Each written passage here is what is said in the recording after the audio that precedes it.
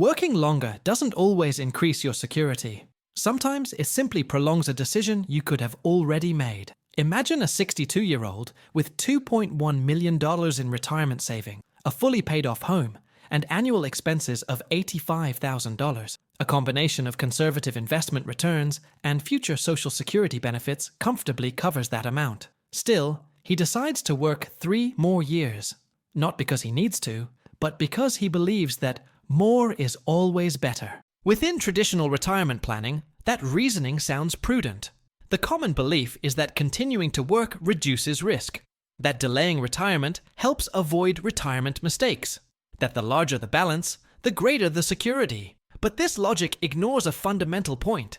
After a certain stage of investing for retirement, additional growth becomes marginal compared to the wealth already accumulated. The risk stops being financial and starts becoming behavioral. There's an invisible error that can be more dangerous than retiring too early. It's continuing to work when your structure is already sufficient, simply because you never revisited your own definition of security. You can avoid 401k mistakes for decades and still make a strategic error by failing to update your financial reality. Throughout this script, you will answer 6 simple questions. And in question number 6, specifically, something even more delicate than the fear of running out of money will be revealed. Something that rarely appears in conventional retirement tips. Because maybe the issue was never how to retire. Maybe the real issue is recognizing that you already could have.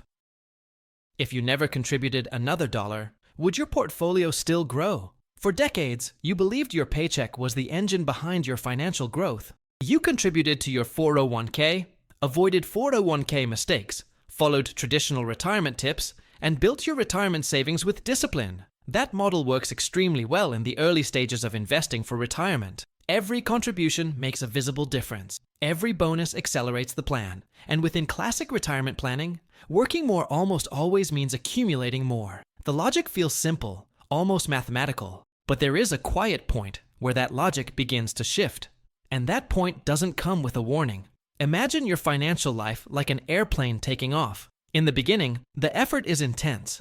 The engines have to operate at full power. This phase requires focus, discipline, and avoiding common retirement mistakes such as inconsistent contributions or disorganized allocation. But once the plane reaches cruising altitude, the engines no longer need to strain the same way. The momentum itself sustains the trajectory. What few people recognize is when their retirement savings enter that cruising mode, and almost no one revisits their retirement planning to acknowledge that the context has changed. If today your investments generate more in returns than you can contribute in an entire year, something important has happened. Your job is no longer the primary engine. It has become reinforcement, and reinforcement is not the same as structure. Think about someone with $2 million invested, earning 6% annually. That represents $120,000 in potential growth without any new contributions. If you're adding $30,000 per year, the impact of the contribution is smaller than the impact of the portfolio itself. This is a critical moment in understanding how to retire strategically. Here's the uncomfortable question. Are you still working because you need to accelerate your wealth, or because you never updated your perception of the stage you're in? Many people continue accumulating out of habit, not structural necessity. They keep investing to retire early, even though they're already approaching financial freedom. The number grows, but life continues at the same pace. And the retirement planning that was once essential becomes automatic. Consider a hypothetical example. Carlos, 61 years old, has accumulated $1.8 million in retirement savings. He still contributes to his 401k because he always has. After calmly reviewing his numbers, he realizes his average annual returns exceed his contributions. He isn't committing 401k mistakes. He's simply repeating a strategy that made sense 10 years ago. The question shifts from, how do I accumulate more? To, what is the purpose of continuing to accumulate at this pace? There's a technical detail that rarely appears in traditional retirement tips.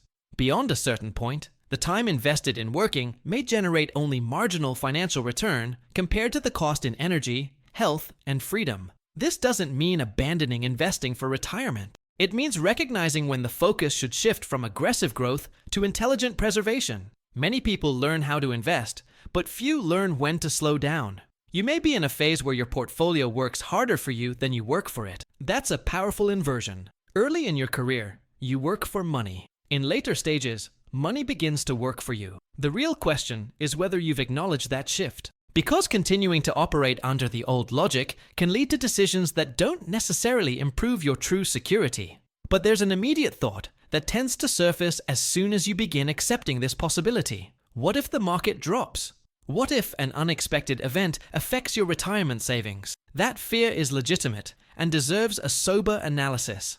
Because understanding whether your structure can withstand a downturn is the test that separates prudence from excessive caution. And that's exactly where the next question begins to reveal something even more important.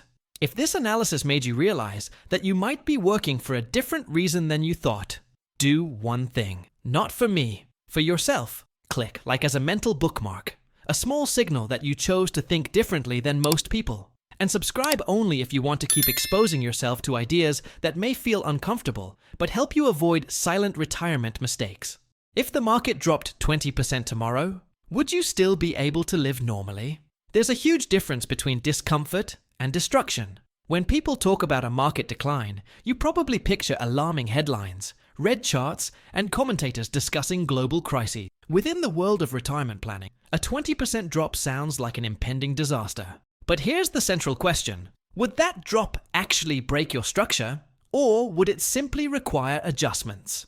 The answer determines whether you're truly prepared for how to retire securely, or whether you're still reacting out of fear. Many people confuse volatility with permanent collapse. Think about it objectively. If you have $2 million in retirement savings and the market falls 20%, your portfolio drops to $1.6 million. That's uncomfortable, no doubt. But the real question isn't whether it hurts to see the balance decline. The question is whether you can still keep your home, pay your bills, and continue living with dignity. If your approach to investing for retirement includes liquidity reserves, diversification, and a structured withdrawal plan, the decline becomes manageable. These are retirement tips that are rarely explained with clarity. Now imagine two scenarios. In the first, you rely exclusively on your total portfolio balance to fund immediate expenses.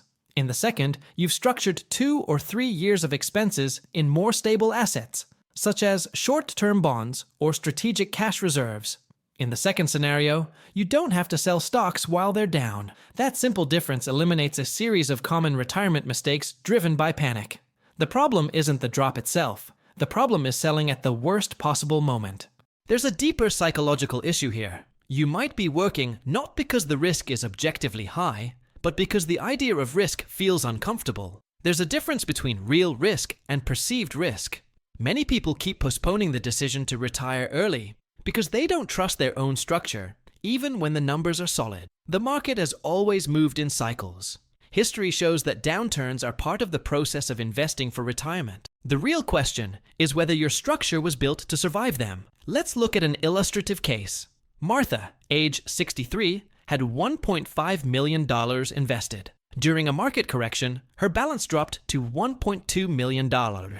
She panicked and decided to keep working 3 more years, even though her projected combination of Social Security benefits and investment income was already sufficient. When she calmly reviewed her plan, she realized she had 2 years of expenses in cash. The decline didn't require her to go back to work. It required confidence in her strategy. You can apply a simple test today. Add up your essential annual expenses. Then calculate what 3 years of those expenses would equal. If you have that amount in conservative assets or strategic cash, your exposure to a market downturn decreases dramatically. This type of adjustment is part of mature retirement planning. It's not about predicting crises. It's about structuring your plan so that they don't compromise your basic security. Another rarely discussed point is that market declines during the accumulation phase are different from declines during the withdrawal phase. During accumulation, you're buying assets at lower prices. In retirement, the key is avoiding selling at a loss.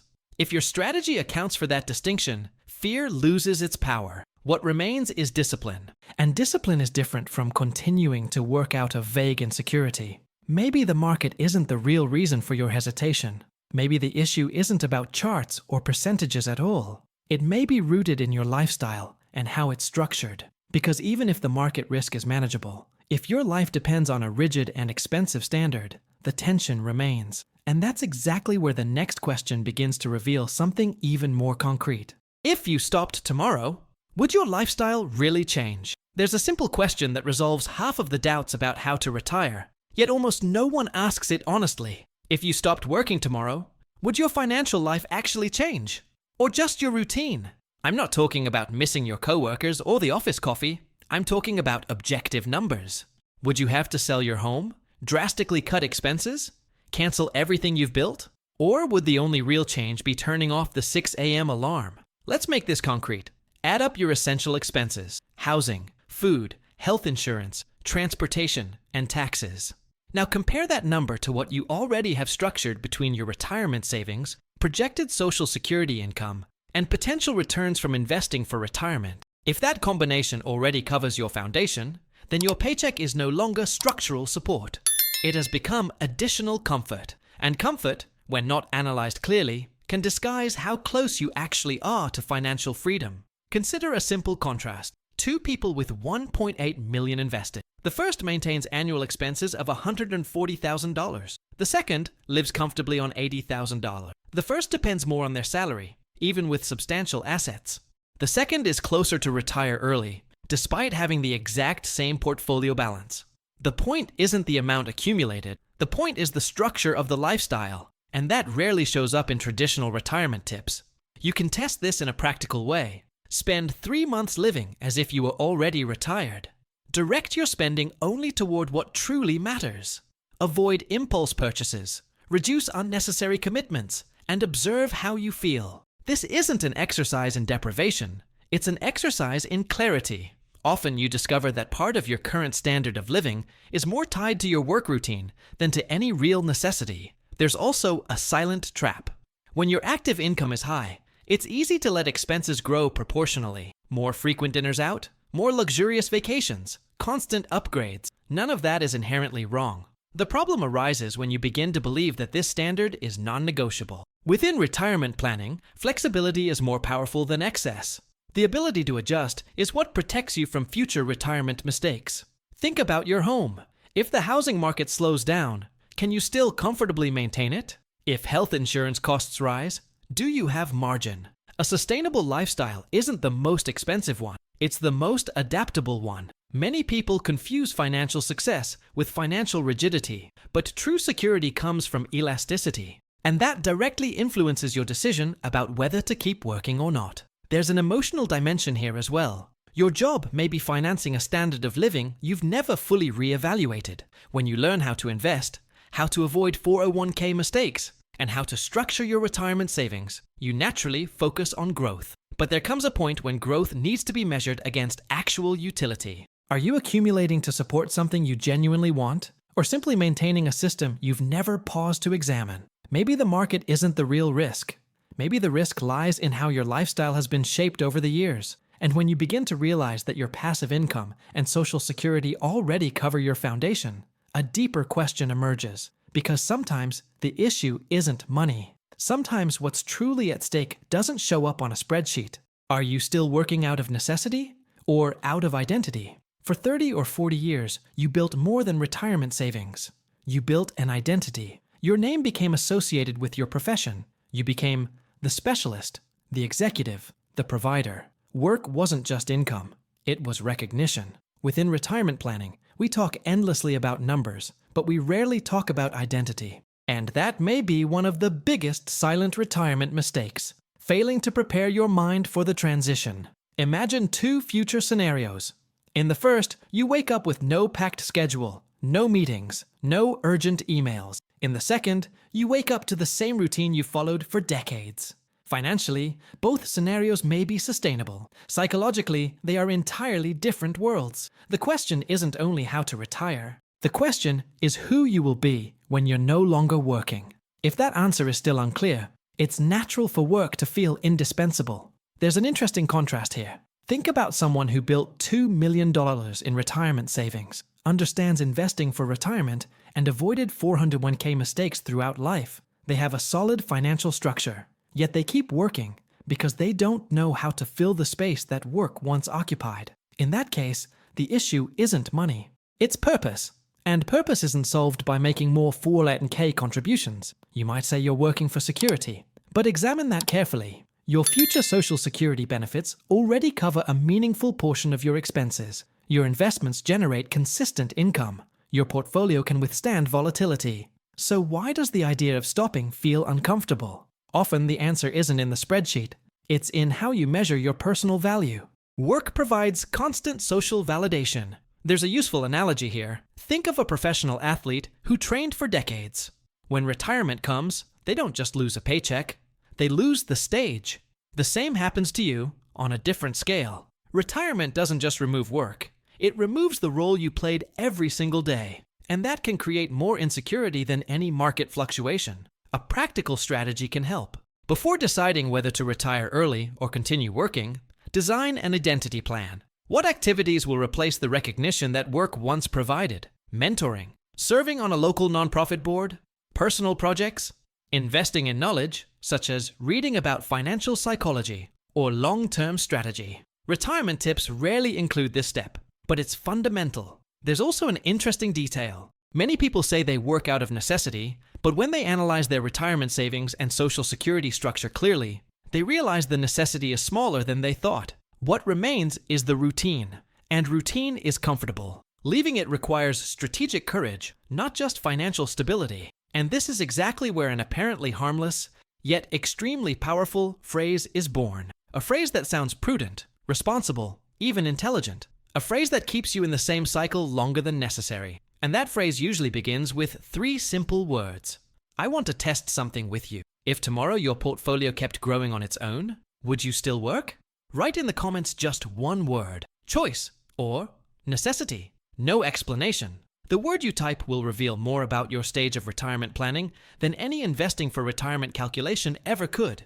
Does just one more year really change anything? Just one more year. That phrase sounds mature, prudent, and aligned with the best retirement tips. You're not being impulsive, you're being responsible. Within traditional retirement planning, working one more year almost always sounds like the sensible choice.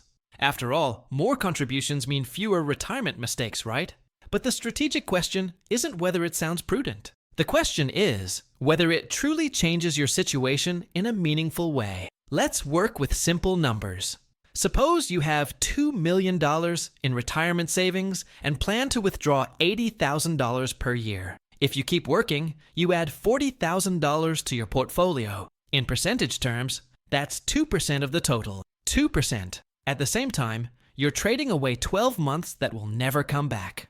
Math isn't emotional, it's objective. That extra year marginally increases your balance, but it fully consumes your time. Here's an interesting contrast. Imagine 2 versions of yourself. In the first, you retire now with $2 million. In the second, you work one more year and retire with $2.04 million. The practical difference in projected annual income is small, yet emotionally, the difference can feel enormous. Just one more year provides psychological comfort, not necessarily structural security. And psychological comfort is one of the most common reasons people delay major decisions.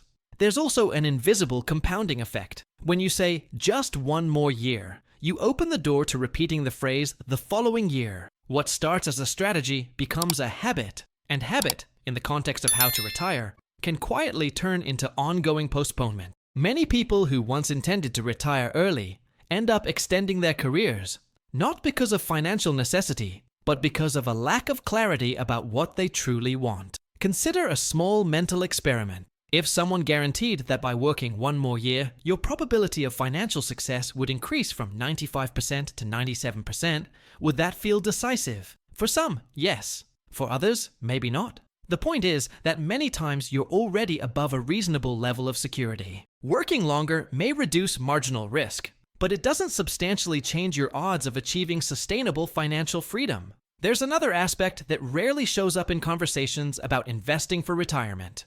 The opportunity cost of time. While you work that additional year, you postpone testing your retired routine, exploring new projects, and calmly adjusting your lifestyle structure. You delay the practical learning phase of retirement. And learning how to live in that new stage is also part of retirement planning. There's also a subtle financial reality. The market doesn't pause while you continue working. If your investments grow at 6% per year, the natural growth of your portfolio may exceed the impact of an additional contribution. This doesn't mean abandoning discipline. It means understanding that beyond a certain point, The dominant variable shifts from contribution to strategic risk and withdrawal management. And when you begin to realize that just one more year may be more connected to the fear of making a decision than to financial necessity, an unavoidable question emerges. A question that removes technical justifications and confronts the essence of your choice. And it begins with a simple hypothesis. If your income were guaranteed forever, would you still keep working? Imagine an extremely simple scenario. There's no volatility, no uncertainty, no alarming headline. Your annual income is guaranteed for life. Your investments continue generating consistent cash flow. Your Social Security benefits are deposited regularly. Your retirement planning is structured in a solid way. You no longer need to worry about retirement mistakes or 401k mistakes. The question is direct. Would you still wake up on Monday morning to go to work?